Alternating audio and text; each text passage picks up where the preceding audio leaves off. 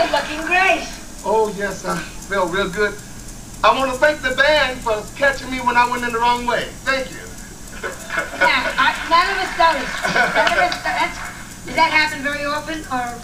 Well, lately it hasn't been happening often. It used to didn't happen often. But no, it don't happen too often. Last time I saw you, you were with Mike the dog. That's right. From down out in Beverly Hills, your best friend. That's right. And you cried that night. I never forget that. Why I cried? Oh, it was so touching. Mike came out.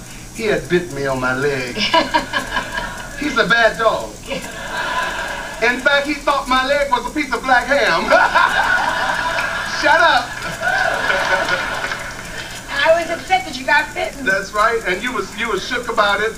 And I didn't know that you had him on the show. And I was sitting there, and you brought him out, and he stood there and looked at me, and I said, Mike, you bit me. I said, you bit me, and it hurt. And you came over and fell on my knee. You remember? Yeah. He was so beautiful. I love Mike. Yeah, but you've gone through a lot this year. Dogs biting you, or a car accident. That's right. Yeah. What happened? Let the record show. And let it be known.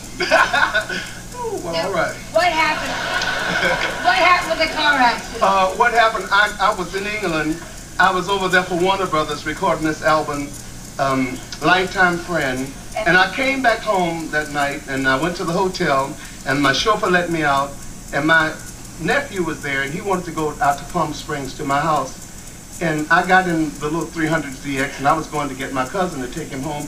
And I went into the gas station and didn't get no gas.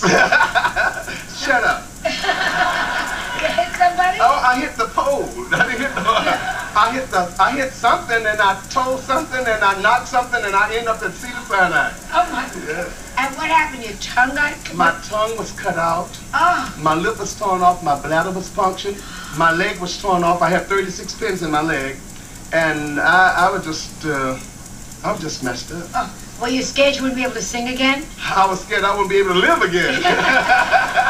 Shut up. Now, we have to do a commercial. Thank you. Then I want to talk about rock and roll, because you're the king of rock and roll. That's right. Thank you, Joan. Thank you. Thank you. Thank you, Joan. I will talk about how everybody took from you. Thank you, baby. Okay, we'll be talking with Little Richard, Jimmy Connors. As a creator of rock and roll, every act saw things and took them from you, I think. Or I see a lot of you in every act. I'm going to throw out names, and you tell me what you think. Okay. And it was done not meanly, but, you know. No, I love him. I love all these people. Elvis. Oh, I love Elvis. He was my baby. He was just good. Elvis took his, the dressing and the bass and the, oh, Elvis is all right. I love him. All right, the Beatles. Oh, the Beatles took that, woo!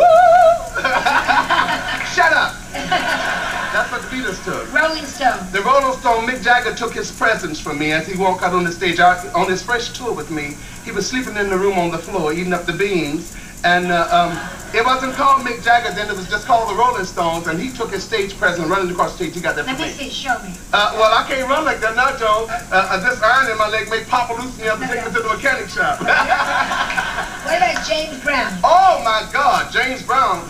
He don't look like me, but let the record show. What James Brown took from me was, I remember James Brown used to go ask Little Richard. When I left Macon and came to California, Macon, Georgia, my hometown, James Brown would go on the dates as Little Richard. They thought he was me. You know, he would go on the stage, but they had never seen the beauty on duty.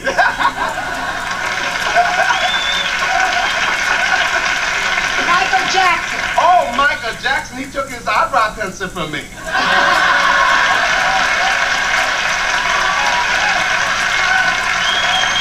That's not nice.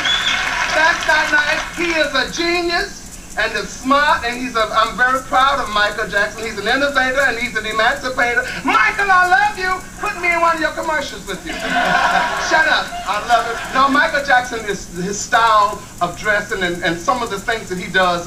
If you look at some of my old pictures, you see Little Richard. And now he has my cheekbones now. Yeah, he got that. What about Prince? Oh, Prince, a genius in his own lifetime. One of the greatest musical geniuses I've met in many years.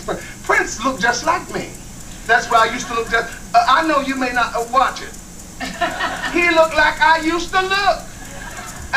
He looked like I used to look. You heard me. Now, last one, Pat Boone. Oh, Pat Boone stole his whole career from me. I don't mean he stole it. I don't mean he stole it. He borrowed it.